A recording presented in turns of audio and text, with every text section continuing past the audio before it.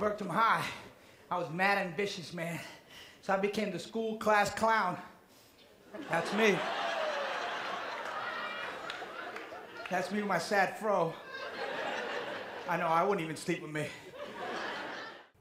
I've been a huge fan of today's guest since he first burst on the scene 20 years ago in his one-man show, Mambo Mouth. Now he's back on Broadway in a new hit, Ghetto Clown. Please welcome John Leguizamo. What's up? I'm 7 years older than you. How you doing, man? How's it going? You were 19 when you saw my first show. I Crazy. did. When I first moved to New York, I didn't see it at the American Place Theater. I saw it at the Orpheum. Oh, the art when I just moved it. Yeah. I saw it like 5 or 6 times. Dude, you're lucky you didn't see it at the American Place Theater. I was in a hallway in the American Place. I didn't have a theater. I was in the hallway and I had to be out by 9 o'clock when they had the real show, and they would pick up my platform. And all of a sudden, when word got out, boom, there was Arthur Miller was there, Sam Shepard, in the hallway. Al Pacino, JFK Jr. in the hallway. And look at you now. Look at me now, you know. Broke. Now, I absolutely loved Mambo Mouth. It's still one of my favorite theater experiences ever. It was fun, man. It was such a blast. You know what? It's funny because I feel like I'm reliving it a little bit in Ghetto Clown, that type of, especially weekend crowds, like Friday, Saturday, and Sunday. Just like they're coming there to celebrate like it's church, you know what I mean? They come in there to have call and response, talk to me, have a meeting. People know when they're going to see one of your shows now that it's going to be a party. It's going to be a party, man. Does that put pressure on you? You have to like burst on the scene. You're dancing. I mean, the energy level is amazing. Yeah. There definitely is a certain expectation, and I'm aware of it. You know, I'm well aware of it. And you know, I don't mind catering to it a little bit. You know what I mean? Because they bring the best out of me. Yeah. But then at some points, I'm going to pull the rug from under you, and I'm going to give you what I want to give you. You know what I mean? And that's what I really enjoy, and that's what seems people are being turned on by. You know? Yeah. That all of a sudden, all this hilarity and all this physicality is going to end up in a moment where I'm going to sock you in the gut. You've always with something done that. hard and something painful. I was actually watching some of Mambo Mouth again, and even the craziest characters, there was always this really deep emotional undercurrent under everything you do. Yeah, I try. I mean, that's the kind of comedy I love. You know, it's sort of, and what's hilarious to me is that a lot of my guests who come see the show, after when we go out for drinks or whatever, they start revealing so much stuff about themselves that you know, it's kind of like way too much information. You know, so you're hearing about their dads and all their family drama. Incredible stuff. Like, wow. And then I started to realize, oh, it's because they feel like they know me because of the show and what I've given to them. They feel like they have to, I don't know, you know, up the ante. Now, one thing I learned from Ghetto Clown is that your process is you get really depressed. There's a really funny film segment in the show. Yeah. You get really depressed, you masturbate a lot, and then you write a show. That's what happens, right? Is that what everybody does? That's what you said. Yeah, it's true. I mean, depression doesn't have to be something horrible, man. It doesn't. I mean, when you're in it, it's kind of tough, but out of it, somehow, the phoenix always rises, and that's how it's always been for me. Every time I've been really depressed, usually at the end of a love affair, whatever, you know, breaking up with some chick or something, or divorce, is when I really get depressed, and it's kind of life-changing, you know, and I use it, and yes, there's a lot of self-pleasuring involved to try to elevate the mood. Doesn't work. But what ends up happening, though, is I end up writing and putting all my thoughts and really trying to understand what I did wrong, how I messed up this time, and that's how I ended up with a show each time. You're talking about all these people from your life. Does that ever get... I mean, I know your father, obviously, you've talked about him, and he doesn't necessarily like that. Oh, no, he doesn't like it at all. So much so he won't talk to me. Have you had any other sort of extreme reactions to talking about people? One person that I used to talk about, their lawyer instantly called me and told me to cease and desist, so they're no longer in the show. Wow. They got 86th. Wow. So much to their loss. I would have brought some highlight, some good positive stuff eventually. Well, obviously, anyone who gets into any sort of relationship with you now must know that that's on the table, that you might end up imitating them on a stage. Yeah, my son came the other day too early at the end. He was supposed to just meet me at the end, and he came too early, and he heard the little segment between me and him, and he was very taken aback by it. Wow. So I had to have a talk telling him the perspective of the scene, and that he doesn't come across bad, that I'm the one that comes across bad, and he comes across as the hero. Now, obviously, you've had great successes with Freak. Huge success, and that was your first time you talked about yourself as opposed to sort of doing characters. Right, exactly. That was the first time I Sexaholix was on Broadway twice, had a return run. So what drove you this time? What made you want to do this show, and what, in your mind, what is the focus of Ghetto Clown? I stopped performing after Sexaholix. I had a bad experience on stage, and it was really painful for me. And I just didn't want to perform anymore. It's stuff that I did, you know. And I had a lot of anxiety involved with it. And you know, like a near nervous breakdown kind of thing. And I didn't want to perform anymore. And you equated that to being on stage? It was incidents that happened around me and on stage. So the whole thing kept collapsing up on me, and all of a sudden I just didn't want to do it ever again. And then later on I started tricking myself. I wanted to perform, but I was afraid, and I tricked myself by doing these college talks. So I go to these colleges all over the country, and I get took my resume and I made index cards of it, and I get really drunk so I could handle it, and the kids loved it. You know, they sit there for 2 hours and stuff would start to come back to me slowly, and I hurry up home and write it before I passed out, and it ended up being this show. You know, it was to motivate those kids, sort of inspirational talk, and just being as honest as I could about my career to show them that, you know, there's going to be ups and downs. It's not going to be like this. And it's not that bad. That down sometimes helps you come back up and makes you better and deeper and stronger.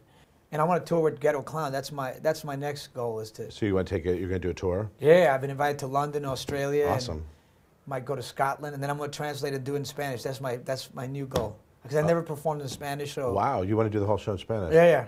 Cool. Go to Puerto Rico, Colombia, you know, Mexico. Go all those places. Wow. Now let's talk about the dancing. People love to see you bust a move. I know, it hurts.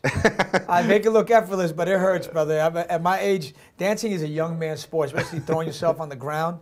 No, you're doing crazy moves. Crazy moves that kill me. So I'm supporting every doctor in Manhattan. I mean, I got 2 physical therapists, acupuncturists, osteopath. So who this comes body up? costs a lot of money. How do you come up with those moves? Do you have like a collaborator, a dance collaborator? Well, I did my own moves first. You know, I just would dance when I was traveling around the country with the show until I felt like stopping, or until I got a groove or somebody shouted something. I don't know, whatever turned me on. And then the director, Fisher Stevens, my buddy, he's felt like, you know, I think we need to set limits to this thing. We need to, you know. And then we got this great choreographer, Marlene Ortiz, and she came in, and she like, okay, let's just keep it to an 8 count. I go, what's that? So she had a 1, 2, 2, 2, 3. So she made everything a little tighter and precise. Because you would just keep going. I would just go till I got tired, or till the audience got tired, and then I would go to the next segment. So are you like that at home, like with your kids? Do you have that energy with your kids, like that crazy sort of, you dance like that? And Yeah, we do a lot of dancing. I mean, I'm not as crazy as I am on stage. I used to be like that before therapy. But I'm a lot calmer. But yeah, no, I mean, I do a lot of, I'm an active dude. So, you know, there's a lot of dancing and ball playing, and we do a lot of voices together. And, you know, yeah, I like to have fun with them. And they love accents and voices, so we mess around a lot. do they like watching you on stage or watching your films? Or? They're dying. They're both begging to come and see the show, but I can't because it'll ruin my parenting. Right. How can I explain half the... Even my daughter was reading the New York Times the other day, the article, and it said something about my getting high at 13.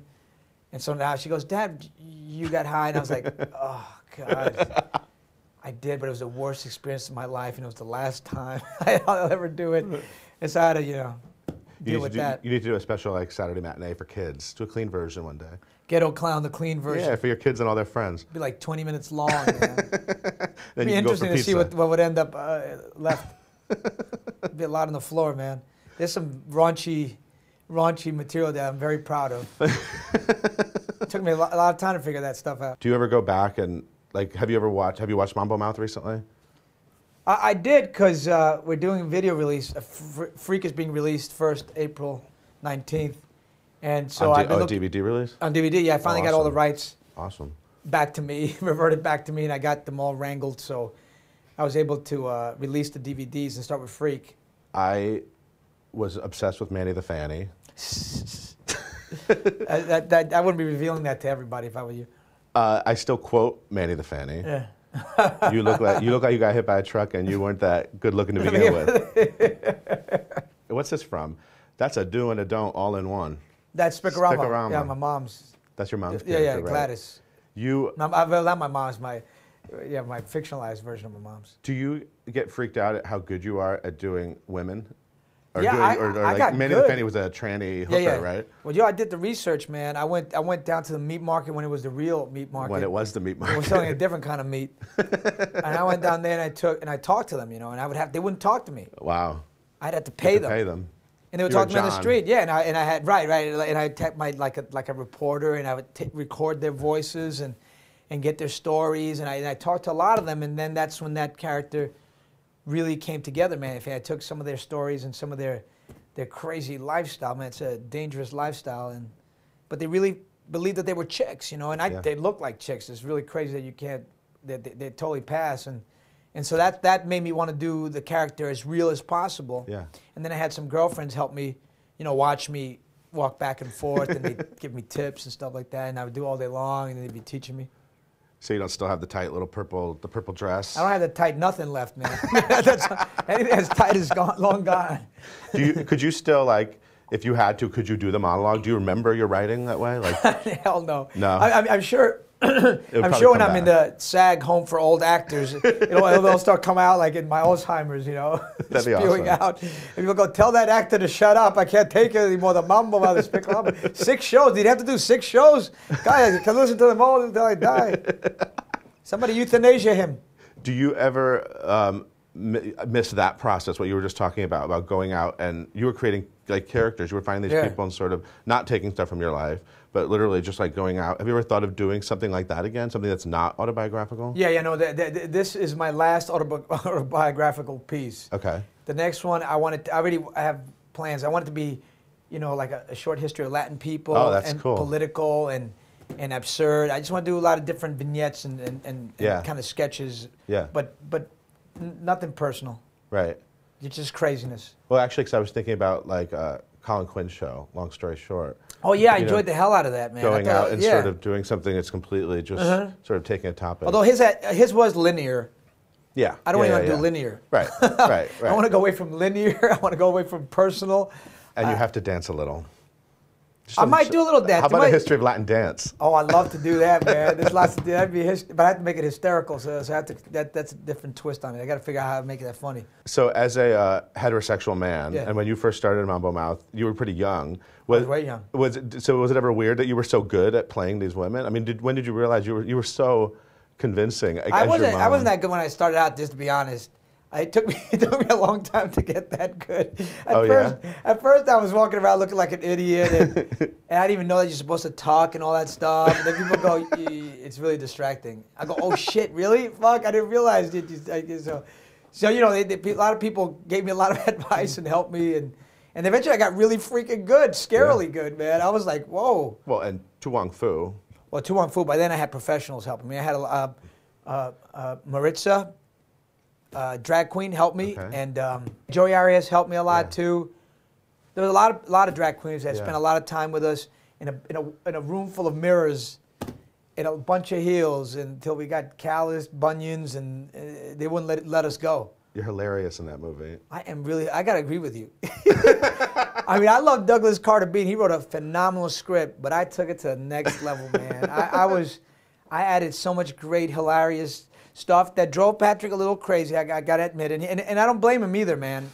I was on fire, man, and I had so much stuff to say, and I would say it every time they said action. I had monologues. I had so much stuff to say, but you know what? I think Patrick rose to the occasion, and he started ad-libbing like crazy, making stuff up, and you see it. You feel that energy, him giving it back to me, and coming up with crazy things like you third wheel puta with a pinga. You know, he's making up all this great, hilarious stuff. That was like a big breakthrough for you. Yeah. People Golden Globe nomination for me and Patrick. Nomination. Yeah. Were you worried at all about sort of being typecast as that? Or No, I wasn't. I was more afraid of. I started getting tons of prison mail. I'm not making this up. I'm not joking. Somebody gave away my address online, and I started getting tons. I can't remember which jail it was. It was a couple of jails. And you know, I respect the inmates, but I started getting them to my house. So you don't want to have sex with them? No, because it's not consensual. It's always by force. No, thank you. And it just got to come into my house, so I didn't know what was going to happen, who was going to show up. So it made me really mad, nervous, and I had to move. And wow. Yeah, because you know, I don't know what people are thinking. You know, this is a movie. Hello, goodbye. You know. Wow. That's crazy. Yeah, that was insane. I got tons, dude. It wasn't like a little stack. It was like boxes of it.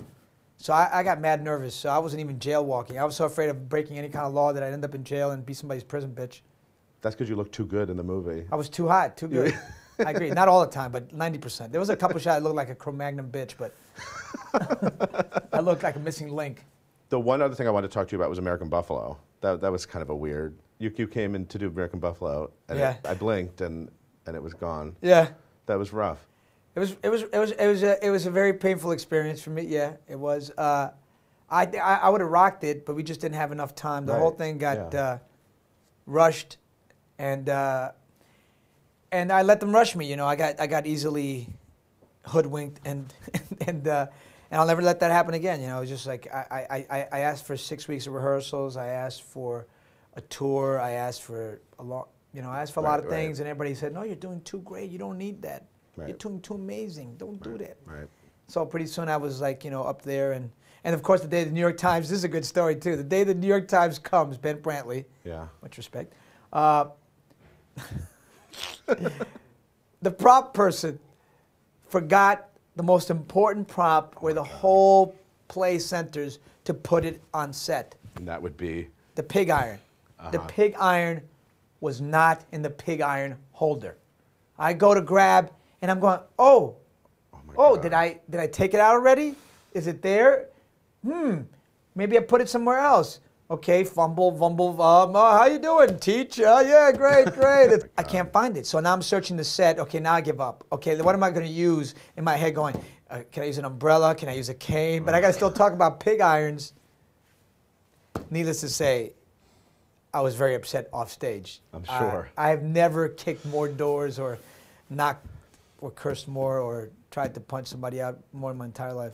Do you want to do other character work like that? Are you I love theater. I love theater, man. I started on theater. I love it. Yeah. I definitely I would love to do some more theater. Other people's plays. Yes, absolutely. Is there any sort of dream role or anything you've thought about that you'd love to do? I mean, I would like to do American Buffalo off-Broadway again. I really would. Yeah. I would like to do off-Broadway, small venue. I'd like to try that again. I'm a little young still for Who's Afraid of Virginia Woolf.